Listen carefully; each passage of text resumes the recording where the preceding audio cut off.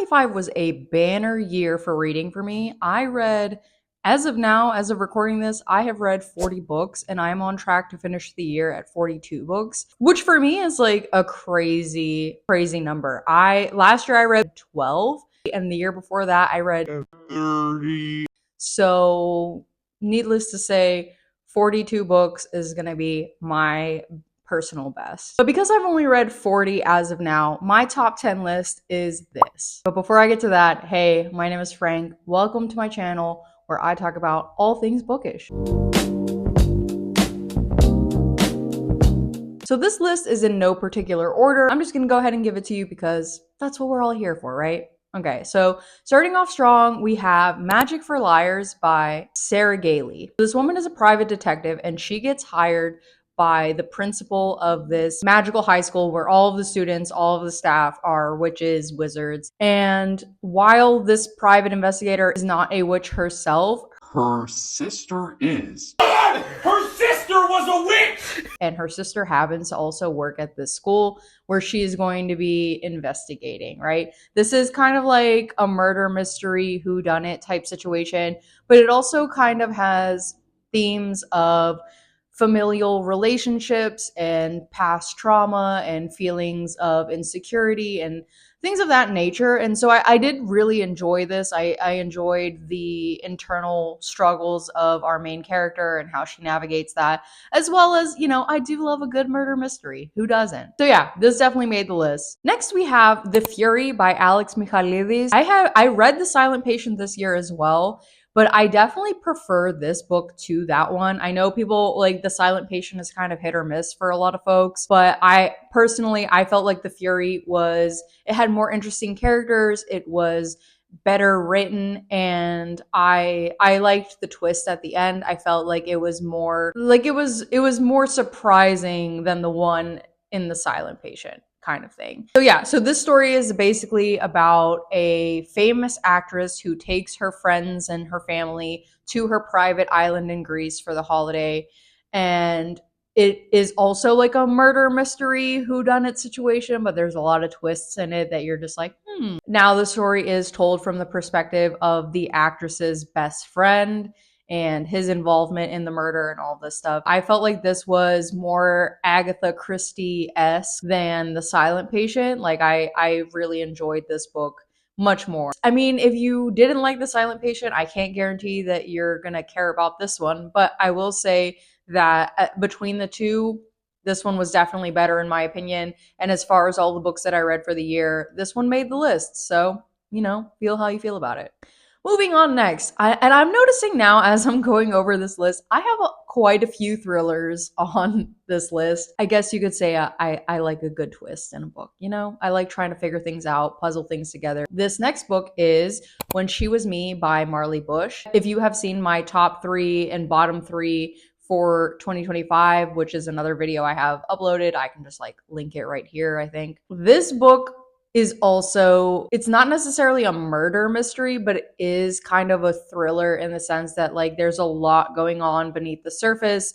As the reader, you're trying to figure out a lot of things about these characters. This is essentially 2 twin sisters who live in a cabin in the middle of the woods, and they're living there because one of the sisters is very agoraphobic. They have had a very traumatic event happen to them, and they're both kind of coping with it in different ways. The one sister, like I said, is agoraphobic, while the other one is very claustrophobic, I guess you could call it. It's super interesting. It is one of those books where we got to the end and I never saw it coming, and I'm so glad because I like books that I can't figure out by the end. I like being surprised.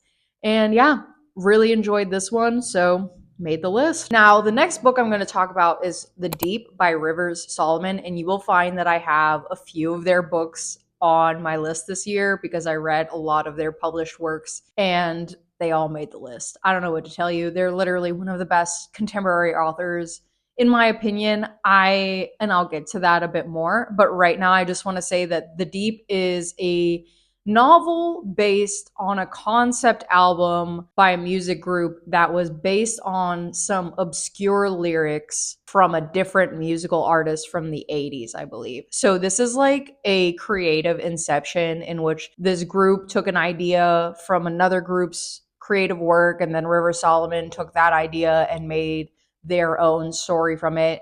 And it's just beautifully done. The cool thing about this, I listened to this as an audiobook. The narrator for this book is actually Daveed Diggs, who is from the musical group who made the concept album, I believe. So really cool collaboration over here. If you have the opportunity, I would listen to this as an audiobook. I do feel like the experience is very rich and very engaging for the reader. But if you don't like audiobooks, I believe that the regular book would be good as well. So yeah, super interesting. This novel is about the descendants of the transatlantic slave trade who were thrown overboard during the passage across the Atlantic for one reason or another, whether they were sick or there was not enough room or there were not enough resources, whatever the case was. There were people that were continuously thrown overboard. And because of this magic, right, there's a magical event where the women who were thrown overboard who were pregnant, they passed away, unfortunately, but the children were still born and they went from like womb to water. Through this magical event, they became kind of like mer people, deep sea creatures. And they survived those first generations from being nursed by whales. I'm not even explaining it to the best of my ability. It is a story about generational trauma. It is a story about healing, one's personal healing journey versus like a collective healing journey.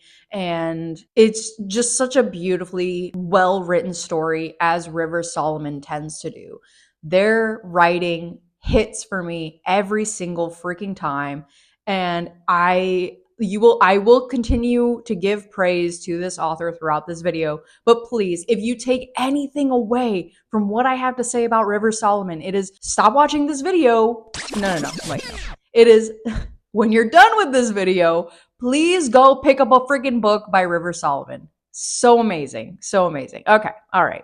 Moving on. Before I get to the next book, I just want to say, if you're enjoying this video so far, go ahead and give it a like. Maybe even hit that subscribe button if you're into more bookish content, because that is what I do here. All right, here we go. So the next book on this list is Recursion by Blake Crouch. This is, weirdly enough, one of the 2 books that made it on my list this year that have to do with time travel and a love story. So maybe that says something about my personal reading taste. I don't know. I'm learning a lot about myself this year.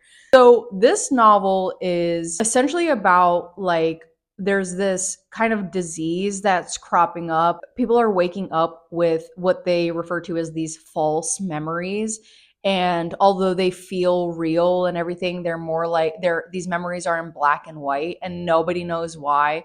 Turns out somebody created a time traveling device and shit goes down. I'm not going to get too much more into it because I kind of did already spoil it a little bit for you. I'm sorry.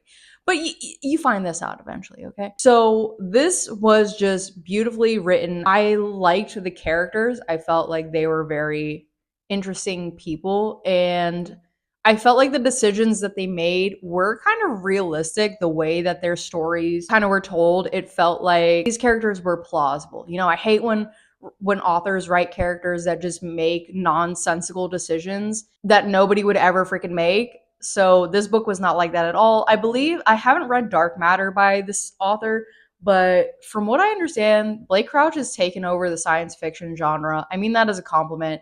But like, you cannot read any science fiction book right now or look into science fiction without coming across Blake Crouch. Good for him. Okay, good for him. But yeah, I really loved this book. So if you're into science fiction, if you're into time travel, if you like a bit of romance, you're gonna like this book. Moving on to Perfect Victims by Mohammed El Kurd. And this book I also listened to as an audiobook.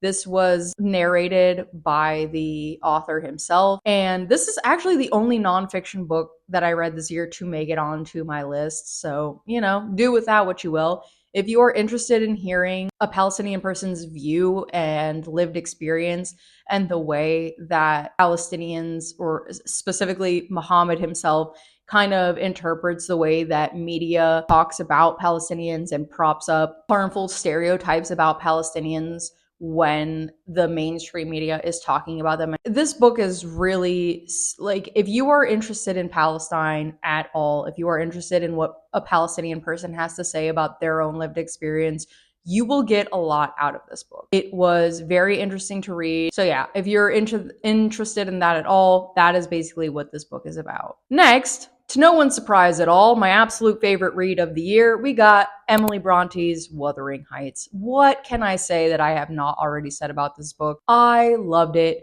Emily Bronte did a phenomenal job. This was my personal introduction to traditional Gothic horror, and she nailed it. Loved it. I like this book single-handedly got me interested in the genre, and there's no going back for me. I loved everything about this book other than the fact that I could not understand what the hell Joseph was talking about. But that's okay, because I'm due for a reread at some point. I mean, I read this like a few months ago.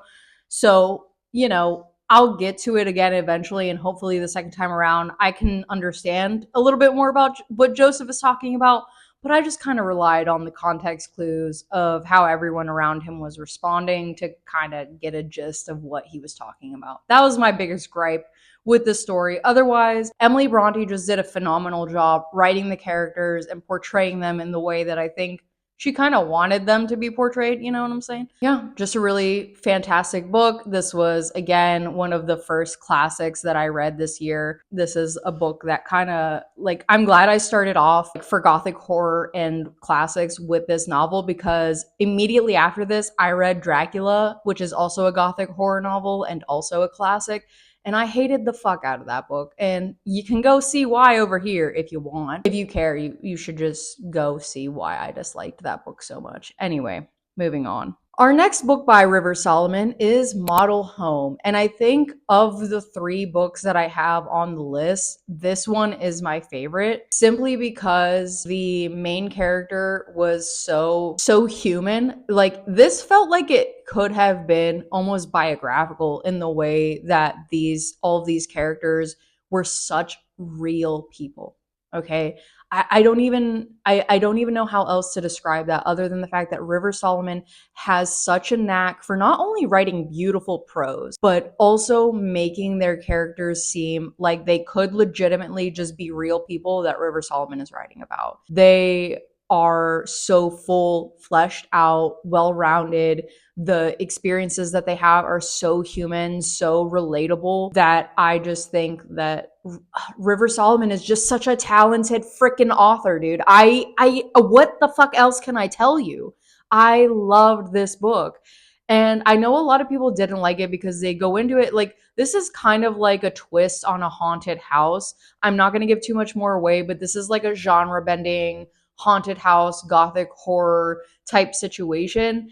And River Solomon is amazing. That's all I'm going to tell you. This book is about, again, generational trauma, about familial bonds, about like what our minds can do and are capable of in order to protect us from really fucked up shit. I will say, if you do plan on reading this book, please check the trigger warnings, the content warnings, because this touches on a lot of, frankly, just really fucked up things, as horror tends to do. And I think River Solomon touched on these subjects in a way that was delicate and compassionate, and still was able to articulate the rawness and the pain and the suffering of someone who endures these traumas. Oh my God, I can't stop gushing over this freaking author. If you haven't read anything by River Solomon, you are cheating yourself out of a fantastic experience. So now we move on to The Everlasting by Alex E. Harrow, and this is the other time-traveling romance story that I was talking about. It is about a historian who is forced to kind of travel back in time to kind of write his country's history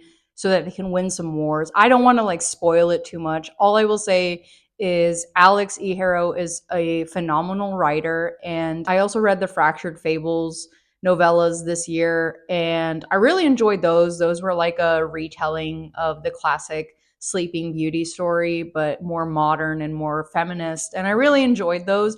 But this book, I cried like a little freaking baby at the end. So, do with that information what you will. If you like time traveling, if you like a night fairy tale type story, if you like a good love story, this is a fantastic book. And that's pretty much all I really want to say on that. So moving on to the final book by Rivers Solomon that I have on my list this year, Sorrowland. This book, I picked it up because it was by Rivers Solomon. This is the last book I read by them this year. By this point in time, I knew that I was going to like it simply because it was written by this author. I did not know what I was getting myself into when I picked it up. I had no idea what it was about. Didn't even bother reading the blurb. Literally just borrowed it from my library and got into it. What a freaking crazy book.